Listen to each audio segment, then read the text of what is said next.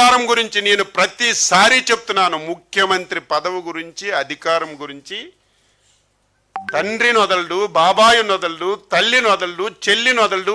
చివరికి నీకు ఈ స్థాయికి తీసుకొచ్చినటువంటి కార్యకర్తలను కూడా ఊచకోత కోసి అధికారాలను రావడానికి ప్రయత్నం చేస్తావు తప్ప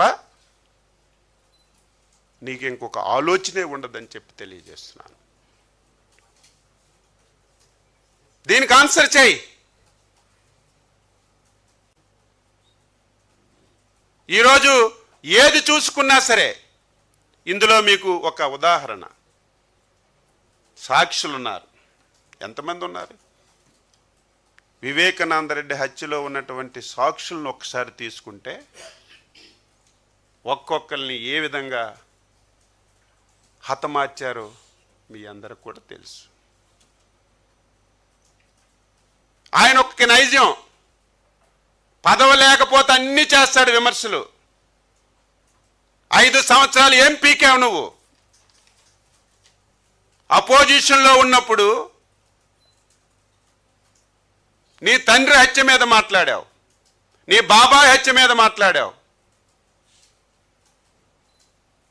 నాకు విశాఖపట్నం ఎయిర్పోర్ట్లో కోడి కత్తితో పొడిచారు, చంపడానికి ప్రయత్నం చేశారని సింపతి చేశావు. గులకరాయితో కొట్టించుకున్నావు. ఒక్క రోజైనా సరే నువ్వు ఈ విషయాల మీద మాట్లాడి ఏవైనా సరే చర్యలు తీసుకున్నావని అడుగుతున్నాను. అధికారం లేనప్పుడు మాట్లాడడం, అధికారం వచ్చిన తర్వాత కనీసం దాని గురించి మాట్లాడకపోవడం ఆయన యొక్క నైజం అని చెప్పి తెలియజేస్తున్నాను.